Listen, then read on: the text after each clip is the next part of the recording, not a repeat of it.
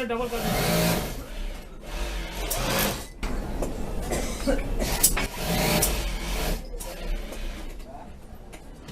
I had a friend of mine send me that video. Right when I watched it, I was actually kind of disturbed by the situation. Not disturbed in the fact that I couldn't handle it or was naive to industrialized production and getting things at the cheapest price. What I was more disturbed was the level of naive really I was to the entire situation. I see pictures online where I think, oh, look at this, a really nice clean facility. They must be making our masks. But the reality of the situation is that most likely the masks that are being created in a sweatshop. As you hear that video, if you listen clearly, there's a number of people actually coughing right there.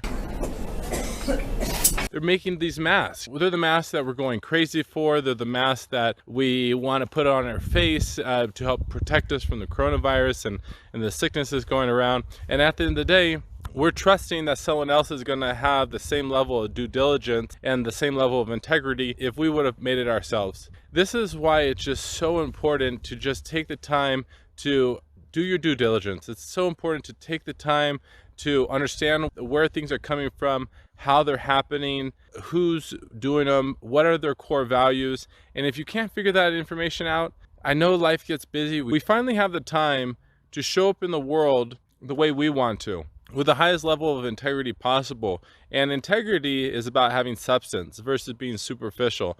And the only way to really have integrity is to make sure you're making decisions with some level of structure or core value. So every single time you're making a decision, you're reaping the benefits of a decision you're going to be proud of. Because that's what it comes down to. Is it's not about another person's opinion of what the integrity is. The opinion is your opinion of yourself. And if you are making decisions in line with your core values, then you're going to be proud of your decisions. You're going to want to stand up for your decisions because you know what you did. And if you built something that didn't have integrity or was faulty, you're probably not going to want to stand for your work. But if you did put the time into love it and care for it, you're going to value it a lot more. And that's what we are talking about, is incorporating manufacturing back into the United States, back into our own house, not even just in the United States, in your own household. If you're in an updated home from the basically 1990 and above, you have 220 amps coming into your house. 220 amps is a workshop. It is a kitchen. It doesn't have to be this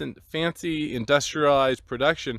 It just has to be enough to create some level of stability in your life. It just has to be enough so that at the end of the day, whatever you're making, you're proud of, and you're able to stand next to your decision. And if someone asks you, hey, how was this made, or what did you use, you're able to answer the question with integrity to the best of your ability. You're able to answer the question knowing that you've done your own work.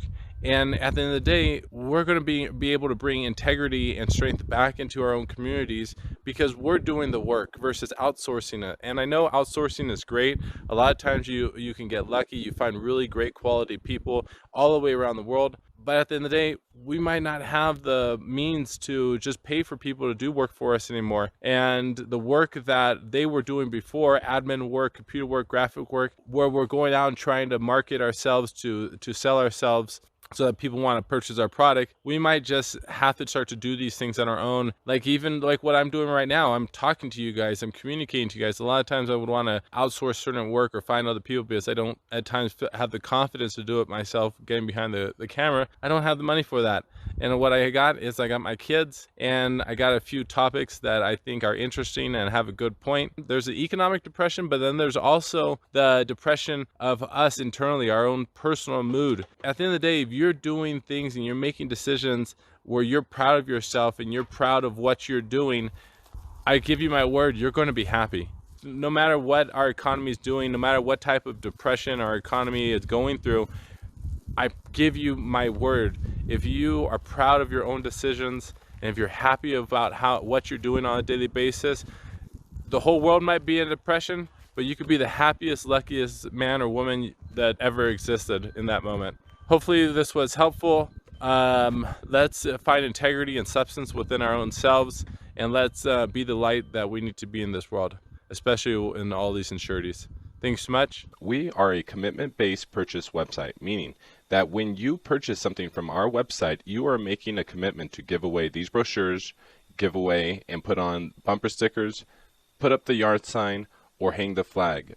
Our vision is to bring public awareness to organized pedophile rings. Our mission is to turn prey into predators, and our values is righteousness, bringing the light into the darkness, integrity, stay consistent, and endurance, never quitting. We also recommend to subscribe to other channels like Ryan Dawson, Sean Atwood, and Whitney Webb for more information around organized pedophile blackmail rings. Thanks so much. Please subscribe and have a great day, everyone.